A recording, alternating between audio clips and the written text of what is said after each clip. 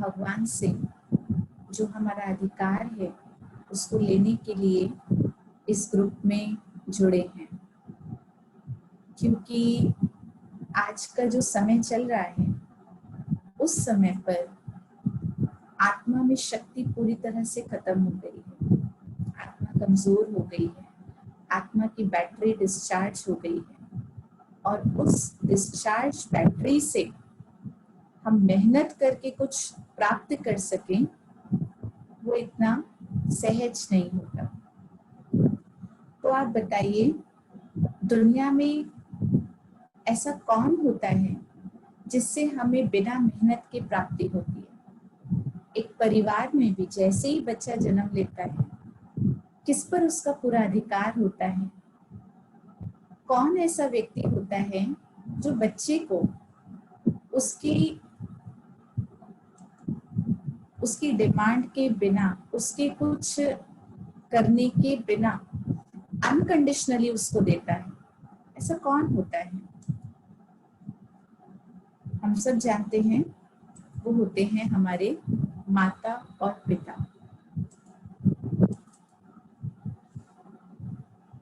माता पिता इस दुनिया में हर परिवार के वो अहम भूमिका निभाने वाले शख्सियत होते हैं जो बच्चे को बिना किसी इच्छा के, बिना किसी आशा के, बिना किसी स्वार्थ के उसका अधिकार देते हैं। बच्चे को मेहनत नहीं करनी पड़ती। तो जहाँ पर बिना मेहनत की प्राप्ति होती है उसको अधिकार कहते हैं। आज अगर हम माता पिता की बात करें तो देह को जन्म देने वाले जो माता पिता हैं वास्तव में तो वो भी एक मनुष्य ही है। और इस सृष्टि पर जितनी भी मनुष्य आत्माएं हैं वो सारी मनुष्य आत्माएं कमजोर हो गई हैं, हिम्मतहीन हो गई हैं, निराश हो गई हैं, शक्तिहीन हो गई हैं। आज किसी भी मनुष्य के पास शक्ति नहीं है, तो फिर हम किसको याद करते हैं? जैसे हम अपने परिवार में अधिकार रखते हैं, हम सबके अपने अपने हद के परिवार हैं जिन पर हम अधिकार रखते हैं। और अगर वैश्विक रूप से देखें तो पूरे विश्व को भी एक परिवार कहते हैं। परिवार किससे होता है? परिवार की परिभाषा क्या होती है? परिवार में कौन कौन से सदस्य होते हैं?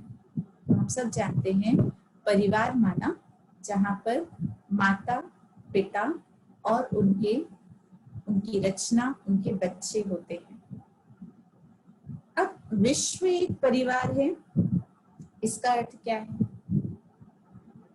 विश्व यदि एक परिवार है तो इस पूरे परिवार के माता पिता भी अवश्य होंगे। आज हम देखते हैं माता पिता भी कई तरह के होते हैं। अगर हम पिता की बात करें, क्योंकि पिता की मुख्य भूमिका होती है रचना रचने में, तो जब हम पिता की बात करते हैं तो कई प्रकार के पिता होते हैं। जो एक सिटी का फादर होता है उसको मेयर कहा जाता है। पूरे जो सिटी होती है, शहर होता है, उसकी पालना करने वाला, वहाँ के जो जनता है, पब्लिक होती है, उनका ध्यान रखने वाला। एक नेशनल फादर होता है, जैसे हमारे महात्मा गांधी जी, जिन्हें हम बहुत प्यार से बापू जी कहते हैं, जिन्होंने एक पिता की भांति पूरे देश के लिए अपना कर्तव्य निभाया, परंतु फिर भी उन्हें विश्व का पिता नहीं कहते। ऐसे ही चर्च में भी हम जब जाते हैं तो जो भगवान से हमें मिलाने के निमित्त बनते हैं, हमें गाइड करते हैं, उनको भी हम फादर कह देते हैं। धर्म स्थापक जो आते हैं, जो धर्म की रचना रचते हैं, हमें सही राह दिखाते हैं, जीवन में मूल्यों का महत्व बताते हैं, उनको भी हम धर्म पिता कह देते हैं। इस शरीर को जन्म देने वाले शरीर के रचयिता को भी हम लौकिक पिता कहते हैं। ऐसे ही ब्रह्मा को भी प्रजा पिता कहा जाता है, जिन्हें हम एडम भी कहते हैं, अर्थात इस सृष्टि के वो पहले मनुष्य जो इस सृष्टि की रचना के वक्त, जब मनुष्यों की रचना होती है, देवी देवताओं की रचना होती है, उस समय पर अपनी अहम भूमिका निभाते हैं। परंतु ऐसा कौन है जो इन सब पिताओं का भी पिता है? सोचने की बात है। धर्म पिता भी होते हैं, लौकिक पिता भी होते हैं, शहर के पिता भी होते हैं, राज्य के पिता भी होते हैं, देश के पिता भी होते हैं, परंतु ऐसा कौन सा पिता है जो इन सब पिताओं का भी पिता है? वो है वास्तव में परम पिता। परम पिता, परम पिता अर्थात इसका अपना कोई पिता नहीं होता, जो सर्व आत्माओं का पिता है। और पिता का मतलब ही होता है अपने बच्चे की पालना करना और बच्चे को प्रॉपर्टी देना, उसका अधिकार देना, वर्षा देना। अब आज देह के शारीरिक जो पिता होते हैं, शरीर को जन्म देने वाले, उनके पास जितनी भी संपत्ति होती है वो अपने बच्चों में बांट देते हैं। उस पर हर किसी का अधिकार होता है, जो उनकी अपनी रचना होती है, परंतु वो भी हद के पिता हैं। वास्तव में उनके पास भी एक लिमिटेड प्रॉपर्टी होती है, संपत्ति भी हद की होती है।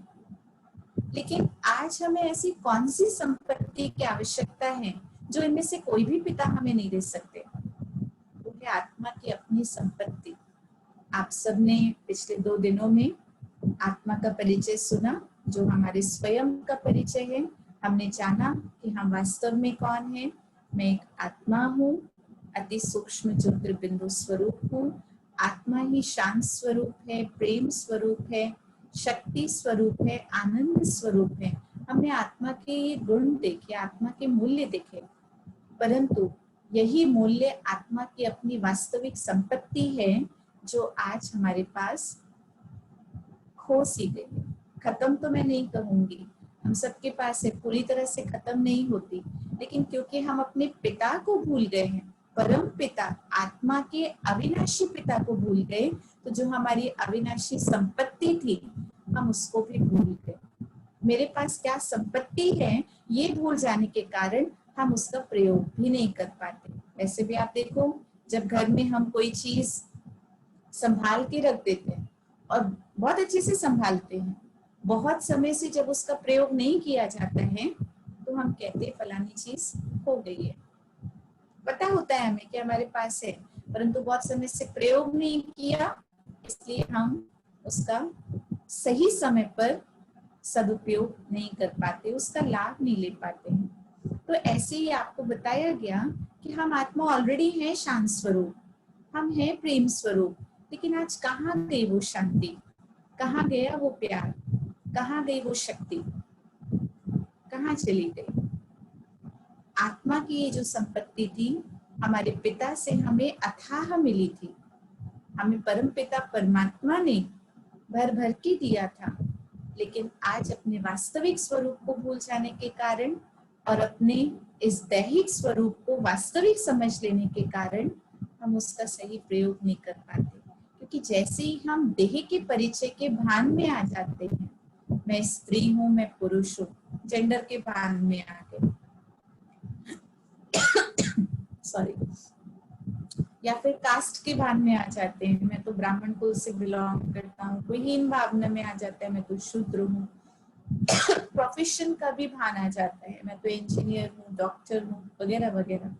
तो जैसे ही हम देह के परिचय के भान में आते हैं, वैसे ही 5 विकारों की प्रवेशता हो जाती है, काम, क्रोध, लोभ, मोह और अहंकार। और जैसे ही इन 5 विकारों की प्रवेशता होती है, वैसे ही आत्मा के जो 7 गुण हैं उनकी शक्ति क्षीण होनी शुरू हो जाती है, हम उनका प्रयोग नहीं कर पाते, उनका रूप विकृत हो जाता है आत्मा की शक्ति शांत स्वरूप, आत्मा का गुण है शांत स्वरूप, आत्मा का गुण है शक्ति स्वरूप, परंतु देह के अभिमान में आने के कारण हमने क्रोध को ही शक्ति समझ लिया। क्या कह देते हैं हम, जब तक किसी के ऊपर गुस्सा नहीं करो ना, जब तक इनको चिल्लाकर मत बोलो ना, इनको डांट नहीं लगाओ ना, तब तक इनको समझ में नहीं आती है मेरी बात, तो डांटना पड़ता है।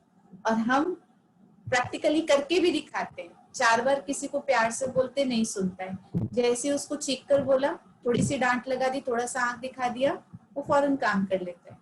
और फिर हम कहते देखा आपने, कितनी बार प्यार से बोला, लेकिन नहीं समझा ना, जैसे डांट लगाया वैसे समझ में आ गया। तो भूत को भूत की बात समझ में आती है ना, वो आत्मा भी देह अभिमान में, मैं आत्मा भी देह अभिमान में। मैंने क्रोध किया, उसको समझ में आ गया, अब तो मुझे काम करना ही है। तो ये फीडिंग हमने बहुत जन्मों से कर रखी है आत्मा में, ये रिकॉर्डिंग बहुत जन्मों से आत्मा में हुई है कि गुस्सा करेंगे तो काम हो जाएगा। काम करने वाला भी सोचता है जब थोड़ा परेशान हो जाएंगे तो कोई बात नहीं, तब कर देंगे, अभी तो ठीक ठाक है, इनकी स्थिति शांत है, कोई ऐसी बात नहीं। इसलिए परमात्मा आकर के जो हम सबकी वास्तविक पहचान है वो देते हैं, और जो हमारी अविनाशी संपत्ति है उनका भी हमें बोध करा करके उनका प्रयोग करना सिखाते हैं। तो उसके लिए बहुत आवश्यक हो जाता है कि परमात्मा कौन है, जिसे हम परम पिता कहते आए, जो हमारा अविनाशी पिता है, उसको जानना। तो आज जानने की आवश्यकता है या नहीं? क्योंकि आज हम सब ने अपने अपनी मान्यताओं के आधार पर, अपने अपने मतों के आधार पर परमात्मा का एक परिचय अपनी बुद्धि में बना लिया है। हर किसी की मान्यताएं अपनी अपनी हैं। परमात्मा जिसे हम गॉड, ईश्वर, अल्लाह, भगवान, प्रभु, बहुत सारे नामों से जानते हैं, और जिनसे भी पूछो परमात्मा कौन है, उन हरि की अपनी अपनी ही परिभाषा होती है। लेकिन सिर्फ मान्यताओं के आधार पर परमात्मा के साथ संबंध जोड़ना, वो तो एक मृग तृष्णा के समान हो जाता है, सिर्फ अपने आप को एक तसल्ली देने के जैसा हो जाता है। जितनी हम प्राप्ति कर सकते हैं परमात्मा से, उतनी वास्तव में हम कर नहीं पाते। भावना के वशीभूत परमात्मा हमें प्राप्ति अवश्य करा देता है, लेकिन जितना अधिकार हम उससे ले सकते हैं उतना ले नहीं पाते जब तक हम परमात्मा यथार्थ नहीं पहचानते। इसलिए आज परमात्मा को सही मायने में जानना अति आवश्यक हो गया है। हम सब कहते हैं भगवान है, हम सब भगवान को मानते हैं। शायद हम में से विशेष रूप से भारत में कोई भी ऐसा नहीं होगा जो भगवान को नहीं मानता होगा। मान्यताएं अपनी अपनी हो सकती है, परंतु मानते सभी हैं। लेकिन सिर्फ मान लेने से भगवान के साथ का वो अनुभव हम नहीं कर सकते। सिर्फ मान लेने से भगवान जो हमें अथाह प्राप्तियां कराता है वो हम नहीं प्राप्त कर सकते। उसके लिए उसको जानना बहुत जरूरी है। तो आज फिर से मैं आपको कुछ बताऊं, आप उसको मान लें तो आपके जीवन में एक मान्यता जुड़ जाएगी। इसलिए मैं आपको कहूंगी कि मैं जो आपको बताऊंगी आप सिर्फ उस पर हाँ जी नहीं करना, लेकिन आज अपनी बुद्धि से जज करना।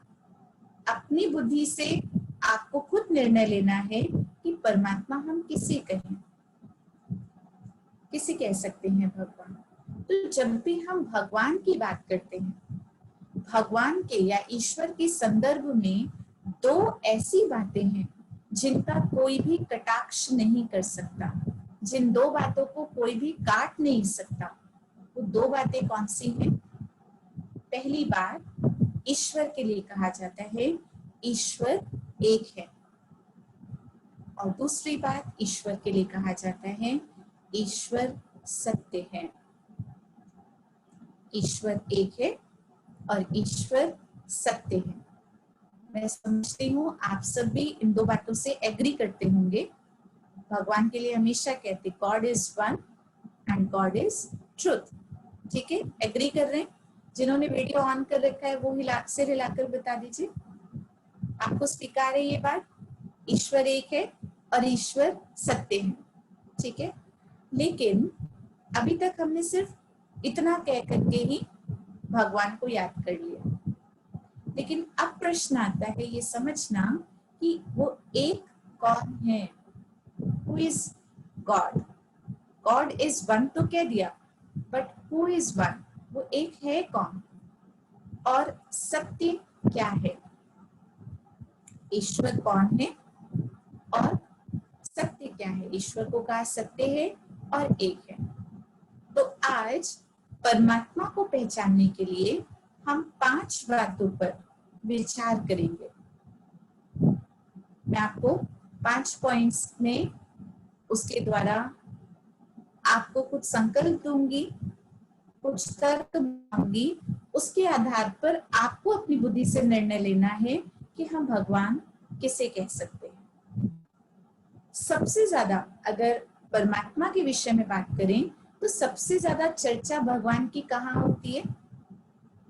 सबसे ज्यादा जो चर्चा होती है परमात्मा की वो होती है धर्मों में। आज धर्म भी अनेक प्रकार के हो गए हैं और हर धर्म अपने अपने अनुसार परमात्मा का परिचय देते हैं। तो उसमें से आज हम मुख्य धर्मों की बात करेंगे। जब भी हम धर्मों की बात करते हैं तो अगला प्रश्न ये आता है कि सबसे ज्यादा कंफ्यूजन्स या सबसे ज्यादा डाउट्स कौन से धर्म में है? मुख्य रूप से हिंदू धर्म, इस्लाम धर्म, बुद्धिज्म, क्रिश्चियनिज्म, ये मुख्य धर्म है। इनमें सबसे ज्यादा कंफ्यूजन कौन से धर्म में है? सबसे ज्यादा हम मूंझे हुए कौन से धर्म में हैं? तो देखा जाए वो है हिंदू धर्म। क्यों हिंदू धर्म? क्योंकि हिंदू धर्म में कहा जाता है 33 करोड़ देवी देवताएं सब भगवान का रूप है। अब आप देखिए, हमें अपनी बुद्धि से निर्णय लेना है। मैंने पहले भी आपको कहा था कि आज मैं जो आपको कह दूंगी और आपने सिर्फ सुन करके मान लिया तो फिर एक और मान्यता जुड़ जाएगी, परंतु आज सिर्फ मान नहीं लेना, परंतु अपनी बुद्धि से जज भी करिए क्या सत्य हो सकता है। अब हमने एक तरफ कहा परमात्मा एक है, ईश्वर एक है, और दूसरी तरफ हम कह रहे हैं ईश्वर 33 करोड़ हैं। क्या ये दोनों बातें आपस में एक दूसरे को काट नहीं रही है? कॉन्ट्रडिक्शन नहीं हो रहा है? अब आप ही बताइए, ईश्वर एक है या ईश्वर 33 करोड़ है? क्या कहेंगे? भगवान के लिए क्या कहेंगे? एक के लिए नंबर 1 बता सकते हैं और 33 करोड़ के लिए नंबर 2 बता सकते हैं। तो ईश्वर एक है नंबर 1 या ईश्वर 33 करोड़ है नंबर 2? क्या कहेंगे? हाँ जी, एक है। ओके, आप सबके मुझे व्यूज मिल रहे हैं, तो आप सब ने अपना अपना विचार दिया कि ईश्वर एक है। अच्छा, ईश्वर एक है तो फिर 33 करोड़ की जो बात चल रही थी, फिर क्या वो असत्य है?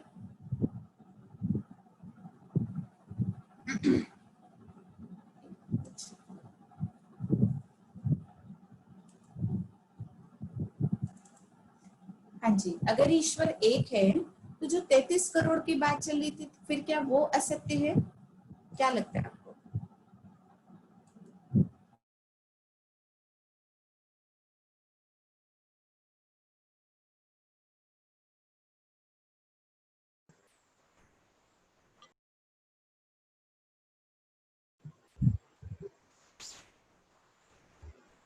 Sister, your mic is on mute.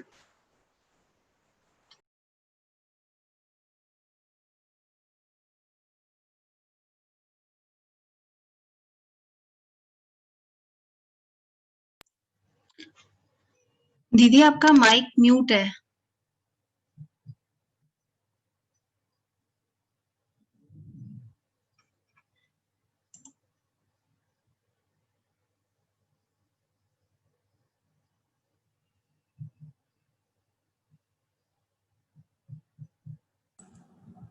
आवाज आ रही है आप सभी को?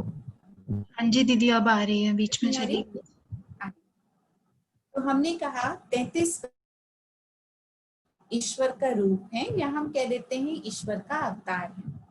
अब आप देखो, अगर हम देवी देवताओं को ईश्वर का अवतार कहें, मनुष्य के रूप में उन्होंने अवतार लिया, मान लेते हैं, तो आप देखो एक टाइम पर एक ही अवतार होगा ना, क्योंकि आपको जब आत्मा का परिचय मिला तो उसमें आपने समझा होगा कि मैं आत्मा अति सूक्ष्म दिव्य ज्योतिर्बिंदु स्वरूप हूँ। ठीक है, आत्मा अति सूक्ष्म दिव्य ज्योतिर्बिंदु स्वरूप है, अर्थात उसका विभाजन नहीं हो सकता, वो इतनी सूक्ष्म है कि उसके टुकड़े नहीं हो सकते। और ईश्वर को अगर हम देखें तो उसको परमात्मा भी कहते हैं। परमात्मा को अगर और सरल शब्दों में समझने की कोशिश करें तो परमात्मा अर्थात परम आत्मा, सुप्रीम सोल, अर्थात वो भी आत्मा है, परंतु कैसी आत्मा है? परम है, परम है। तो अब क्योंकि वो भी एक आत्मा है, तो जब परमात्मा का अवतार होगा तो एक टाइम पर एक ही शरीर में अवतार होगा ना। अब जब हम देवी देवताओं की बात करते तो आप देखो, देवी देवताओं की तो पूरी फैमिली दिखाते हैं। फॉर एग्जाम्पल शंकर जी को दिखाया, पार्वती जी को दिखाया, कार्तिकेय जी को दिखाया, गणेश जी को दिखाया, ये पूरी फैमिली है। अब हम कहते हैं शंकर जी भी भगवान का अवतार, पार्वती जी भी भगवान का अवतार, गणेश जी भी भगवान का अवतार, तो क्या ये संभव हो सकता है?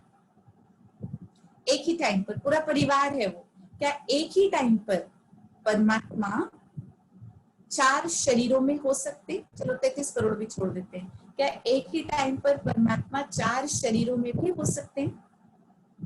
नहीं हो सकते, नहीं हो सकते, क्योंकि अवतार तो एक ही होगा ना।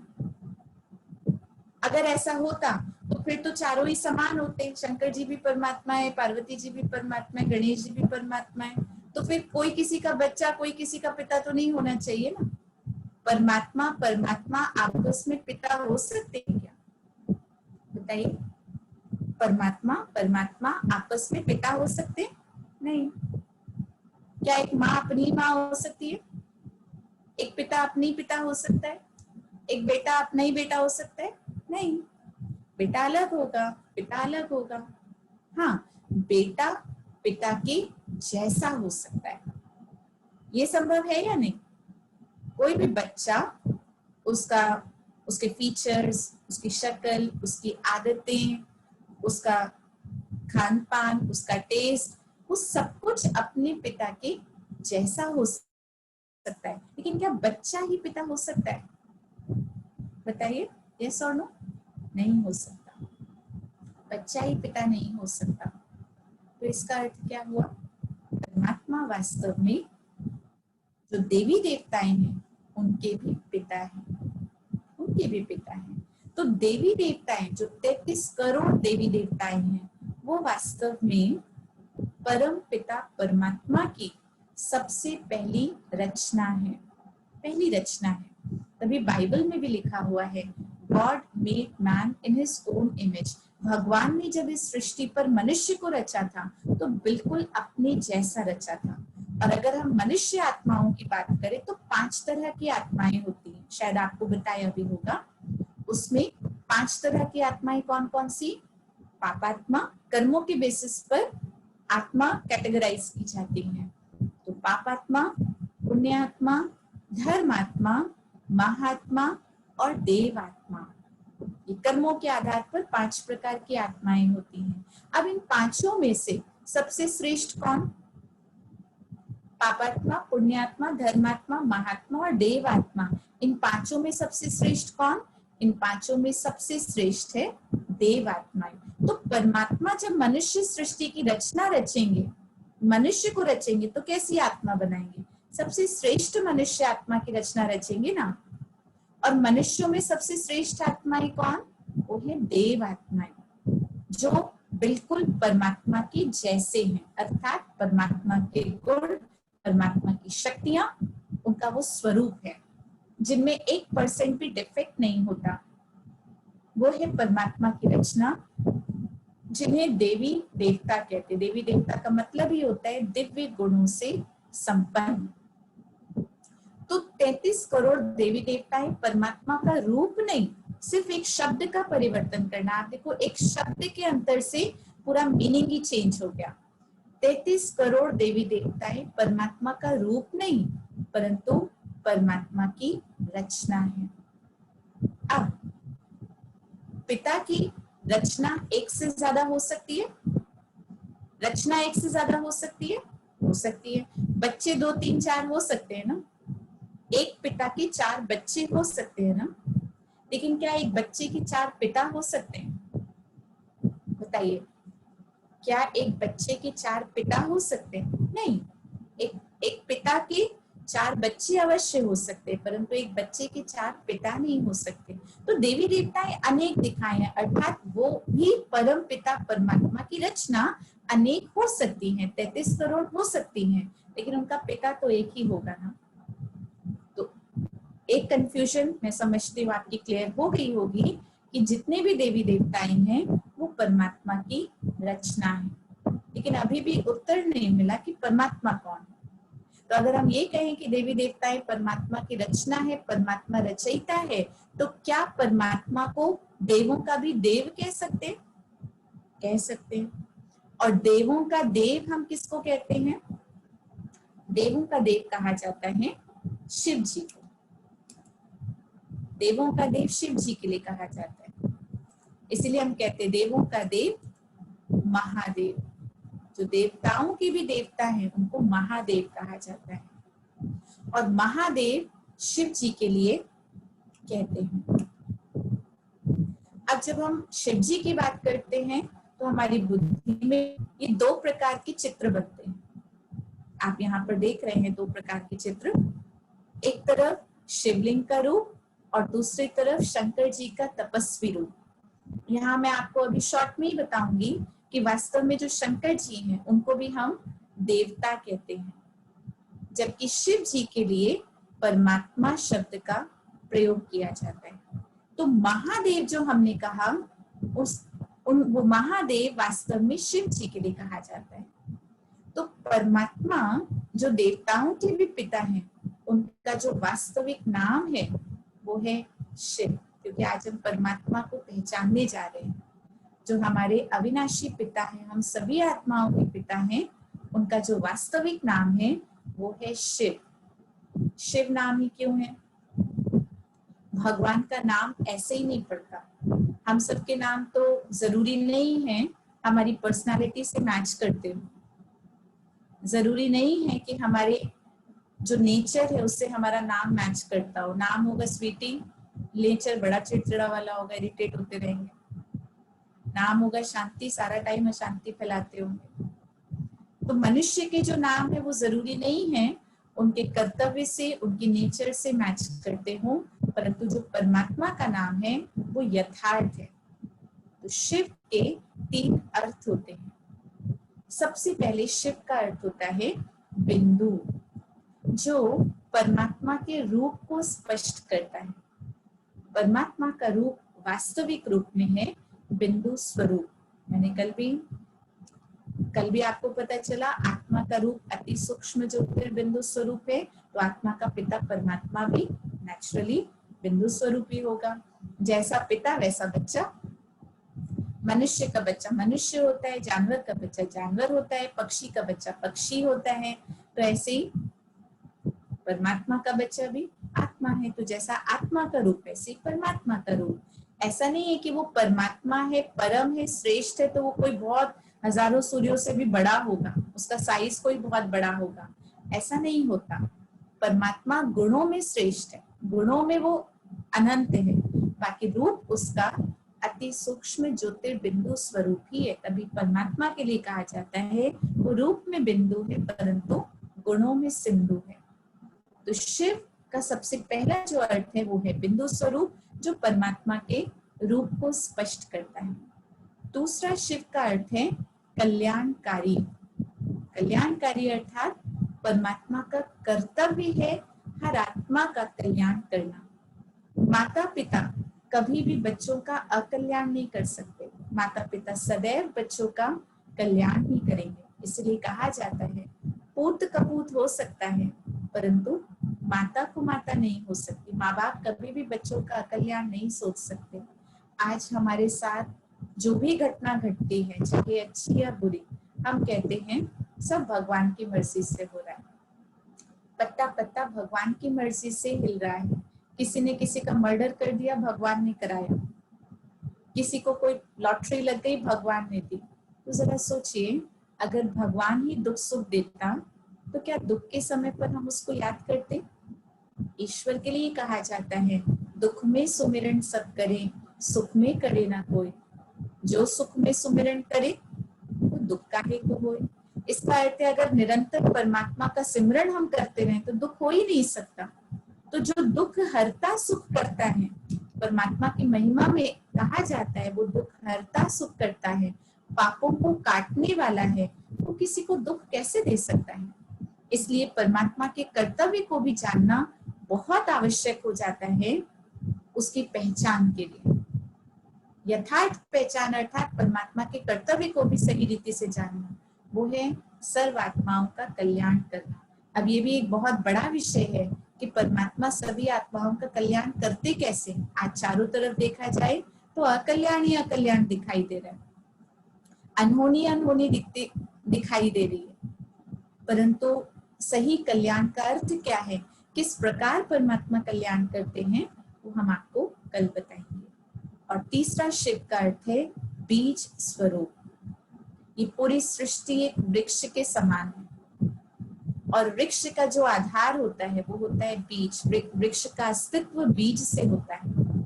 तो इस पूरी सृष्टि का जो अस्तित्व है वो है परमात्मा से, अर्थात मनुष्य सृष्टि रूपी वृक्ष का बीज वो है परमपिता परमात्मा शिव जो रचयिता है, इसलिए उसको शिव कहा जाता है। तभी आप देखो जितने भी देवी देवताएं हैं, सभी देवी देवताएं उनके अपने नाम होते हैं, लेकिन उन नामों के आगे सदा शब्द नहीं लगता। एक शिव ही ऐसा नाम है जिसके आगे सदा शब्द लगता है, सदा शिव कहते हैं। सदा गणेश जी, सदा विष्णु जी, सदा हनुमान जी ऐसे नहीं बोलते, लेकिन शिव जी के लिए ही सदा शिव बोलते हैं। अर्थात परमात्मा शिव अविनाशी है, उसका नाम आत्मा पर है। अविनाशी क्यों कहा, सदा शिव क्यों कहा, क्योंकि परमात्मा का जो नाम है वो आत्मा पर है। आत्मा अविनाशी है तो फिर नाम भी अविनाशी है। हम सबके जो नाम पढ़ते हैं वो देह पर पढ़ते हैं, देह विनाशी तो नाम भी विनाशी। देह परिवर्तित होती है, नाम चेंज हो जाता है, लेकिन परमात्मा का नाम क्योंकि आत्मा पर है इसलिए नाम परिवर्तित नहीं होता। परमात्मा का कर्तव्य भी अविनाशी है, परमात्मा का अस्तित्व भी अविनाशी है, इसलिए परमात्मा का नाम सदा शिव है। तो मैं समझती हूँ हिंदू धर्म में जो अभी तक इतनी मान्यताएं थी जिनके आधार पर सिर्फ हम चलते आ रहे थे, जो अभी तक हमें बताया गया उसके अनुसार हम एक प्रथा के रूप से भगवान को याद करते आ रहे थे, तो आज यथार्थ परिचय परमात्मा का हम सब समझ गए होंगे, विशेष रूप से हिंदू धर्म की अगर हम बात करें। इसी तरीके से अगर हम क्रिश्चियन धर्म में देखें तो क्रिश्चियन धर्म में भी जीसस क्राइस्ट ने कहा, बाइबल में लिखा हुआ है, जीसस क्राइस्ट ने कहा God is one and God is light, he is the father of all souls, we all are the children of God. अर्थात ईश्वर एक है और ईश्वर प्रकाश है। परमात्मा का रूप स्पष्ट करते हुए उन्होंने ईश्वर को प्रकाश कहा, और अगर प्रकाश को चित्रित किया जाए तो वो एक बिंदु स्वरूप में दिखाई देता है। तो जीसस क्राइस्ट ने भी अपने को भगवान नहीं कहा, अपने लिए कहा we all are the children of God, अपने सहित कहा हम सब परमात्मा की संतान हैं और वो हम सब के पिता हैं। He is the father of all souls, हम सभी आत्माओं के पिता हैं। इसी तरीके से अगर हम इस्लाम धर्म या मुस्लिम धर्म में भी देखें तो वहां भी दिखाते हैं कि संगे अस्वद मक्का मदीना में जब हज यात्रा पर अपने भाई बहने जाते हैं तो वहां पर भी एक शिवलिंग की आकृति का पत्थर है जिसको जाकर के वो चूमते हैं। देवी देवताओं की, मनुष्य की आकृति की मूर्ति की वो पूजा नहीं करते हैं, परंतु ईश्वर को वो भी निराकार रूप में ही मानते हैं और ईश्वर को याद करते हुए कहते हैं अल्लाह नूर है।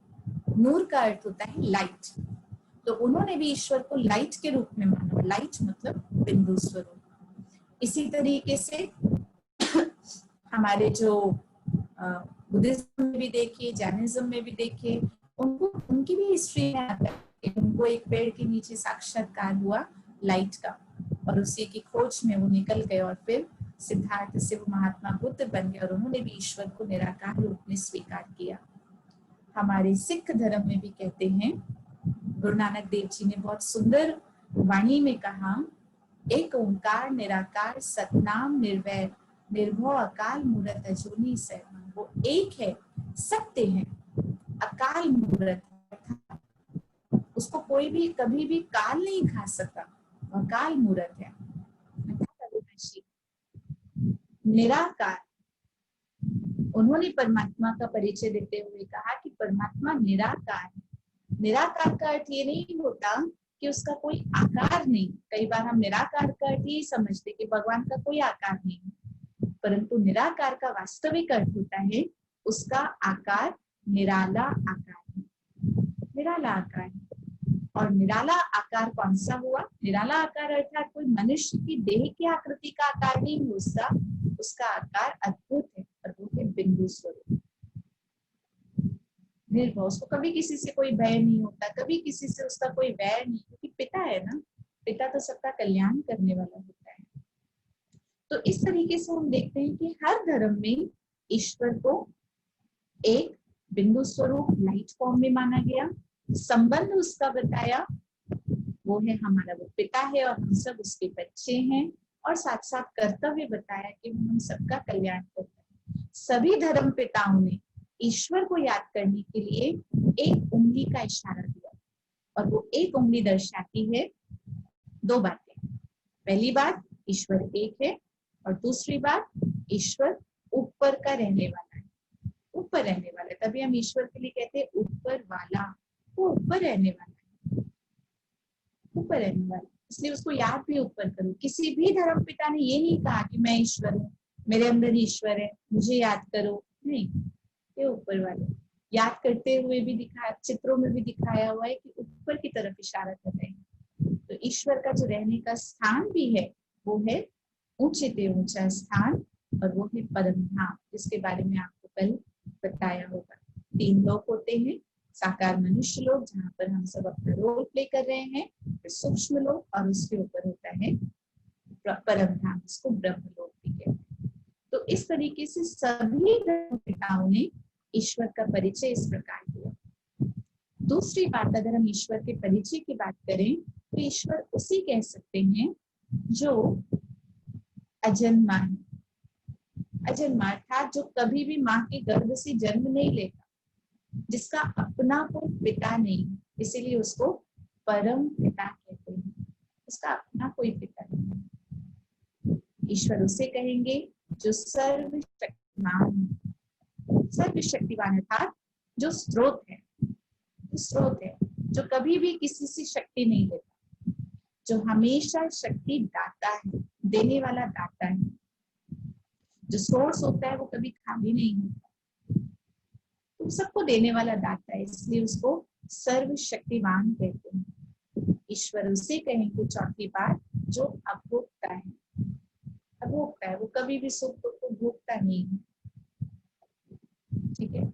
ईश्वर उसे कहेंगे जो हम सब का पालन करता है, हम सबकी पालना करने वाला। ईश्वर उसे कहेंगे जो सर्वज्ञ है। सर्वज्ञ का अर्थ हम कई बार क्या समझते हैं? सर्वज्ञ अर्थात जो सब जगह है, लेकिन अगर सर्वज्ञ का ऑपोजिट देखें तो वो होता है अल्पज्ञ, और अल्पज्ञ का अर्थ होता है अल्प माना कम और ज्ञ माना ज्ञान। अल्प माना कम और ज्ञ माना ज्ञान, जिसके पास थोड़ा ज्ञान है उसको कहते हैं अल्पज्ञ। तो इसका उल्टा सर्वज्ञ का मतलब क्या हो गया? जिसके पास सारा ज्ञान, जो नॉलेजफुल है। तो परमात्मा ही है जिसको इस पूरी सृष्टि के आदि मध्य अंत, शुरुआत से लेकर के अंत तक की पूरी नॉलेज है, इसलिए उसको सर्वज्ञ कहते हैं। और पांचवी बात, ईश्वर उसे कहते हैं जो सर्वोपरि। सर्वोपरि अर्थात सबसे ऊंचा है, इसीलिए उसके लिए गाया जाता है, ऊंचा तेरा नाम, ऊंचा तेरा धाम और ऊंचा तेरा काम। उसका नाम भी ऊंचा, उसका धाम भी ऊंचा और उसका काम भी ऊंचा। ठीक है, मैं समझती हूँ इन सभी बातों से आप सब सहमत होंगे। अब आज अभी हम कुछ मान्यताओं पर चर्चा करेंगे जो अभी तक हम मानते आए।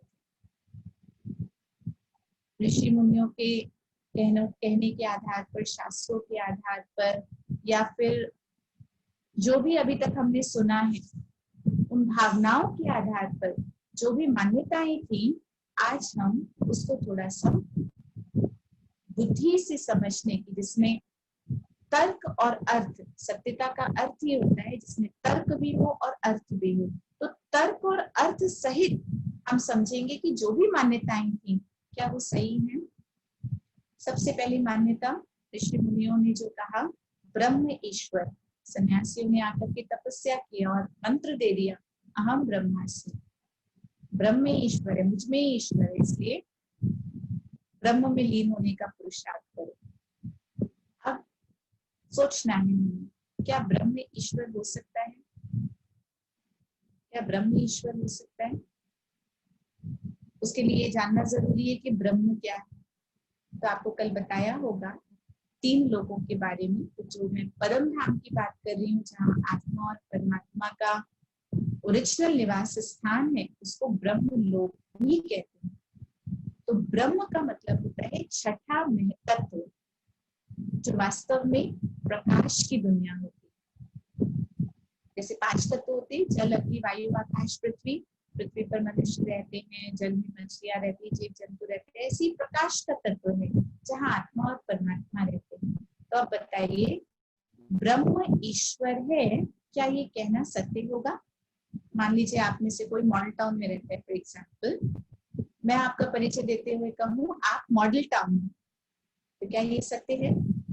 आप मॉडल टाउन हो सकते हैं क्या, आप मॉडल टाउन में, आप मॉडल टाउन में रहते हैं। ऐसे ही ब्रह्म ईश्वर नहीं है परंतु ईश्वर ब्रह्म में अर्थात उस लोक में प्रकाश की दुनिया में वो रहते हैं। फिर कई लोग कहते हैं प्रकृति परमेश्वर है, प्रकृति ईश्वर है, नेचर इज गॉड, ये भी मान्यता बहुत है ना। तो अब फिर से प्रश्न आता है क्या ये सत्य है, प्रकृति को परमात्मा कहना क्या ये सही होगा। एक तरफ हम गीत गाते हैं जिसकी रचना इतनी सुंदर, वो कितना सुंदर होगा, और दूसरी तरफ हम रचना को ही रचयिता कह रहे हैं। प्रकृति को भी हमने भगवान की रचना कहा, nature is created by God कहा, और दूसरी तरफ हम कह रहे हैं नेचर इज गॉड। तो son is father, father is son, son is father, ठीक है। बाप ही बेटा है, बेटा ही बाप है, ये हो सकता है क्या। बच्चा तो पिता नहीं हो सकता ना। तो प्रकृति परमात्मा नहीं है लेकिन प्रकृति परमात्मा की रचना है। फिर तीसरी बात, एक और मान्यता आती, वैसे तो मान्यताएं बहुत सारी हैं लेकिन जो मूल मान्यताएं हैं जो कहीं ना कहीं हम सब मानते हैं, हम उस पर चर्चा कर रहे हैं। तीसरी बात कह देते हैं आत्मा ही परमात्मा है, हम सबके अंदर भगवान, क्या ये बात सही है। हम सबके अंदर परमात्मा है, क्या ये हो सकता है। अगर हम सबके अंदर परमात्मा होते तो फिर से वही बात, हम सारे ही परमात्मा हो जाते, और अगर हम सारे ही परमात्मा हो जाते तो मैं भी पिता आप भी पिता, मैं भी फादर आप भी फादर, सारे ही फादर। कोई किसी का बच्चा, कोई किसी की माँ, ऐसा होता है क्या। सबके अंदर परमात्मा होती तो अभी अभी हमने परमात्मा की विशेषता में देखा, परमात्मा के पहचान में देखा कि वो सर्वशक्तिमान। अगर हम सबके अंदर परमात्मा होते तो क्या हम सब सर्वशक्तिमान नहीं होते, क्या आज हम शांति मांग रहे होते मंदिरों में जाकर के। सोचिए, हम सबके अंदर तो शक्तियां अथाह होनी चाहिए ना, फिर किसी से शक्ति मांगते थोड़े। अगर हम सबके अंदर परमात्मा होते तो आज कोई किसी के साथ गलत कर रहा होता है, क्या परमात्मा चुपचाप बैठ करके गलत होता हुआ देखता रहेगा। अगर हम सबके अंदर भगवान है तो क्या हमारी कॉन्शियसनेस अलाउ करेगी कुछ गलत करने के लिए। भगवान की महिमा में कहा गया वो दुख हरता सुख करता है। अगर हम सबके अंदर भगवान होता तो क्या आज हम में से कोई भी किसी को दुख देता क्या, नहीं। वास्तव में हम सबके अंदर परमात्मा नहीं है, हम सबके अंदर परमात्मा के गुण हैं, वैल्यूज हैं। जो भगवान की क्वालिटी है वो क्वालिटी हमारे अंदर है जिसको आज हम भूल गए हैं, वो एक अलग बात है। लेकिन आप देखो एक छोटी सी शब्द की मिसिंग से अर्थ में कितना परिवर्तन आता है। हम सब परमात्मा नहीं लेकिन परमात्मा के गुण, परमात्मा की शक्तियां वो हमारे अंदर, क्योंकि हम उसके बच्चे हैं। पहले भी मैंने कहा, किसी भी बच्चे के अंदर उसके माता पिता के लक्षण हो सकते हैं, उसके संस्कार हो सकते हैं, उनकी हैबिट्स, उनका टेस्ट वो मैच कर सकता है, लेकिन बच्चे के अंदर पिता हो ऐसा तो पॉसिबल नहीं है। हम सबके अंदर परमात्मा नहीं है, लेकिन परमात्मा के गुण और शक्तियां हैं। फिर चौथी बात आती है, जिधर देखो उधर परमात्मा ही परमात्मा है, जो बहुत कॉमन मान्यता है, जो आज तक हम मानते हैं कि परमात्मा सर्वव्यापी है, सब जगह परमात्मा। क्या ये बात सत्य है? कण कण में ईश्वर, कुत्ते में, बिल्ली में, गाय में, गधे में, घोड़े में, मिट्टी में, कचरे में, सब में परमात्मा है, सब में ईश्वर है। सोचिए जरा, क्या ये सत्य हो सकता है? परमात्मा जो इतनी ऊंची अथॉरिटी है, वो ऐसे कण कण में हो सकती है? आज जब झगड़ा करते हैं कोई किसी से, बहुत जब गुस्से में आ जाते हैं, तो एक दूसरे के लिए कौन से शब्दों का प्रयोग करते हैं? एक दूसरे के लिए कौन से शब्दों का प्रयोग करते हैं? जानवरों के शब्दों का प्रयोग करते हैं, जिसको हम गाली कहते हैं। आज हम किसी को कहें तो बिल्कुल गधा है, कुत्ता कहीं का, खुशी होती है क्या सुन करके? वाह, मुझे गधा कह दिया। जैसे ही किसी ने गधे कुत्ते की गाली दिया, वैसे ही मूड ऑफ हो जाता है, गुस्सा आ जाता है, मुझे बोल कैसे दिया। जरा सोचिए, हमें तो सिर्फ गधे और कुत्ते के जैसा बोला, उसके साथ हमने सिर्फ कंपेयर किया गया, तो हमें गुस्सा आ गया, हमें अच्छा नहीं लगा। कोई भी माता पिता अपने बच्चों का नाम रखती है क्या जानवरों के नाम? नहीं, सिर्फ उनका नाम सुन करके उनके जैसा मुझे बोला गया तो मुझे गुस्सा आ गया। तो सोच कर देखिए, भगवान को तो हमने कुत्ते में ही कह दिया, गधे में ही कह दिया, तो हमने ये भगवान की महिमा किया या भगवान की इंसल्ट किया?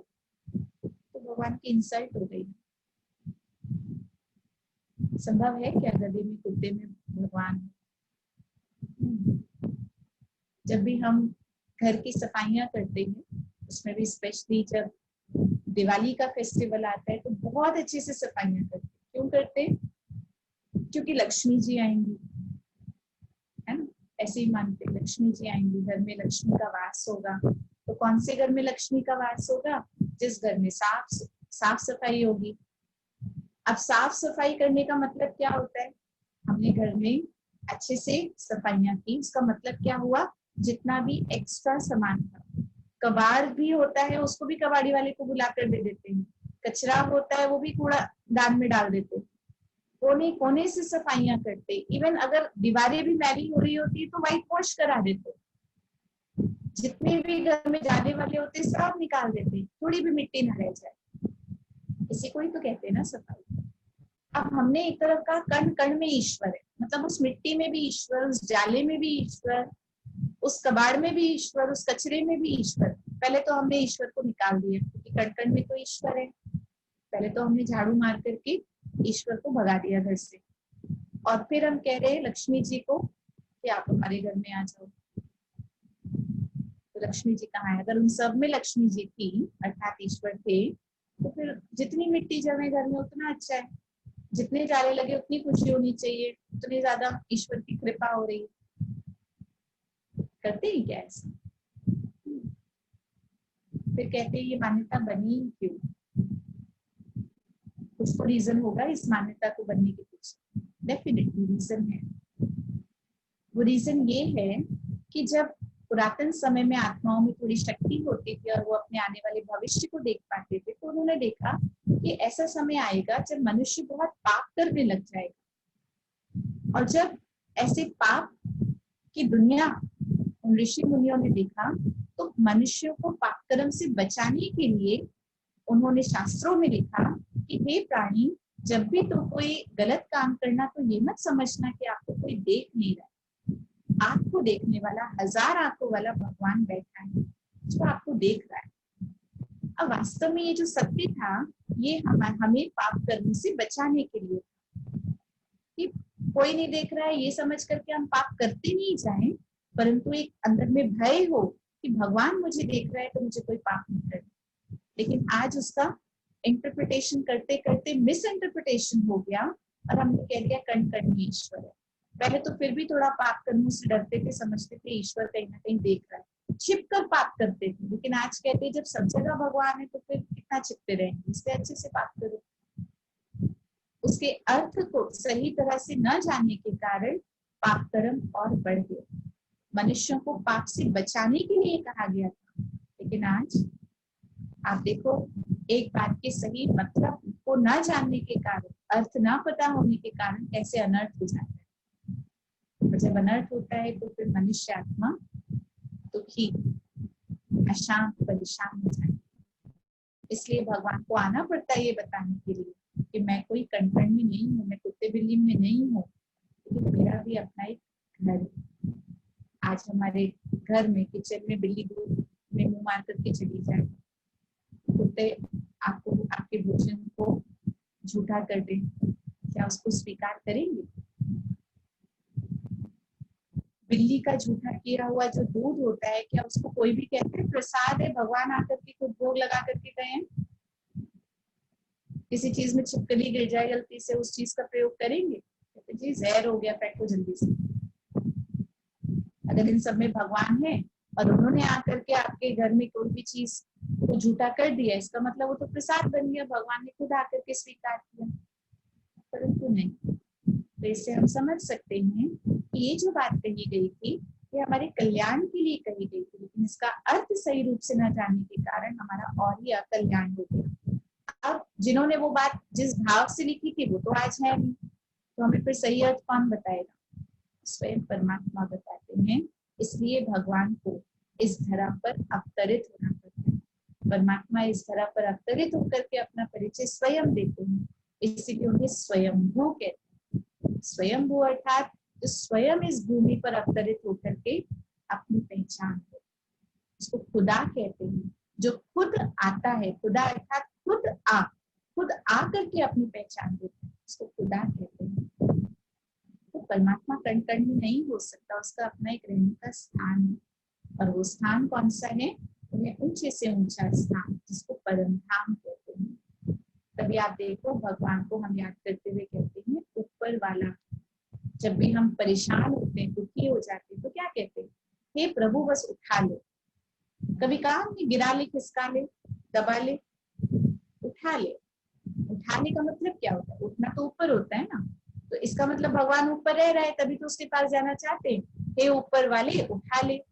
ऊपर वो कहाँ रहता है? वो है लाल सुनहरे रंग के प्रकाश की दुनिया, जहाँ पर ओरिजिनली परमात्मा रहते हैं। और फिर कई लोगों की ये मान्यता है कि भगवान तो कोई चीज ही है। तो इतनी सारी हमने भगवान के विषय में बातें कर ली। भगवान नहीं है वो तो संभव ही नहीं है, हो ही नहीं सकता। परमात्मा है तब तो हम उसके विषय में बात कर रहे हैं। तो इस तरीके से हमने देखा कि परमात्मा वास्तव में कौन है। एक बार दो लोगों के बीच में डिबेट चल रही। एक ने कहा परमात्मा है और एक ने कहा परमात्मा नहीं है। दोनों को सिद्ध करना।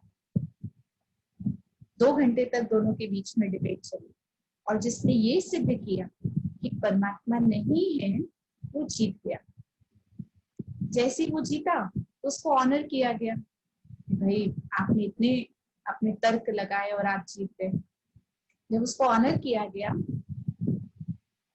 तो उस ऑनर को रिसीव करते ही वो व्यक्ति कहता है थैंक गॉड आपने मुझे जिता दिया। 2 घंटे से वो क्या सिद्ध कर रहा था? भगवान नहीं है। लेकिन सबसे पहले उसने धन्यवाद किसको किया? भगवान को। तो आज क्योंकि इतनी सारी मान्यताएं हो गई हैं, हम सब बुद्धिजीवी प्राणी हैं, साइंस का युग चल रहा है, कोई भी बात बिना तर्क के हम समझ नहीं सकते, स्वीकार नहीं कर पाते। इसलिए हमने कह दिया भगवान है ही, क्योंकि उसको स्पष्ट करने वाला कोई भी नहीं था। तो परमात्मा स्वयं आकर के हर बात की सत्यता बताते हैं, जिसमें तर्क भी है और अर्थ भी है। और तर्क और अर्थ सहित जब हम किसी बात को समझ जाते हैं तो उसको स्वीकार करना सहज हो जाता है। मैं समझती हूँ आप सबने परमात्मा को पहचान लिया होगा। वैसे तो वो इतनी ऊंची हस्ती है, ऑलमाइटी अथॉरिटी है, तो उसका परिचय कोई 1 घंटे में देने वाली चीज नहीं है। ये तो सिर्फ मूल परिचय आपको मिला, उसका नाम, उसका कर्तव्य, उसका धाम। लेकिन सही मायने में वो क्या करता है, किस तरीके से हम उससे अपना अधिकार ले सकते हैं, वो हमें क्या देता है, बहुत सारी बातें हैं जो आप आगे सुनते रहे। शॉर्ट में 1 मिनट में रिवाइज करते हैं। परमात्मा का परिचय, नाम क्या है उसका? परमात्मा का नाम है सदा शिव। परमात्मा का रूप अति सूक्ष्म दिव्य ज्योतिर्बिंदु स्वरूप। परमात्मा का अस्तित्व वो बीज स्वरूप है, इस मनुष्य सृष्टि रूपी वृक्ष का वो बीज है। परमात्मा का कर्तव्य सबका कल्याण करते हैं, कल्याणकारी है। परमात्मा का हम आत्माओं से संबंध क्या है? वो पिता है हमारा और हम उसके बच्चे हैं, हम सभी आत्माएं उसके बच्चे हैं। परमात्मा के रहने का स्थान वो है ऊंचे पे ऊंचा परम धाम, जहाँ पर कोई भी प्रकृति के 5 भौतिक तत्वों की चीजें नहीं है, लेकिन वो सिर्फ और सिर्फ प्रकाश की दुनिया है, लाल सुनहरे रंग का प्रकाश है। और परमात्मा इस समय हमें कैसे उद्धार करते हैं, हमारा कैसे दुख हरता है, सुख करता है, हमें सुख शांति कैसे देते हैं, वो हम आपको कल बताएंगे। आपके जो भी प्रश्न होंगे, पहले आपको दीदी ने बताया होगा कि लास्ट में कोई भी आपके मन में प्रश्न रह जाएगा तो जैसे ये सारे सेशंस पूरे हो जाएंगे, 7 डेज का कोर्स कंप्लीट हो जाएगा, फिर आपके प्रश्न। आशा करती हूँ आप सबने अपने पिता को, अपने असली अविनाशी पिता को पहचान लिया। अब उसके साथ कैसे संबंध जोड़ना है, ठीक है? तो चलिए, अभी आपको जो भी भगवान की पहचान की है उसके आधार पर 1 मिनट के लिए हम बहुत प्यार से उसको याद करते हैं। अपना भी परिचय मिल गया, उसका भी परिचय मिल गया। तो अपने सत्य स्वरूप में स्थित होकर के उसके सत्य स्वरूप को हम याद करते हैं। 1 मिनट के लिए हम याद करते हैं। मेरे परम पिता परमात्मा सदाशिव निराकार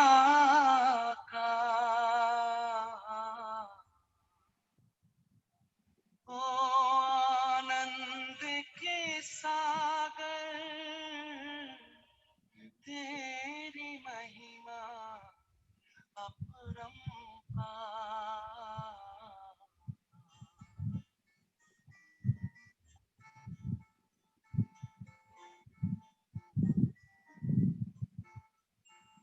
मेरे परम पिता परमात्मा,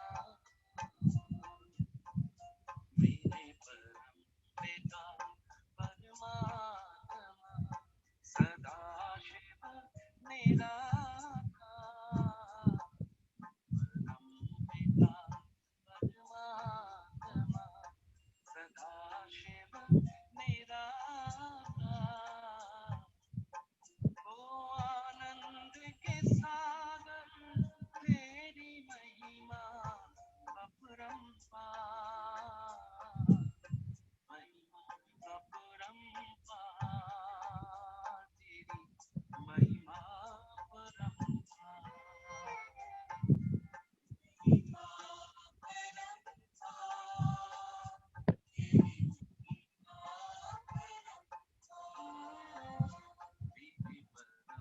पिता परमात्मा।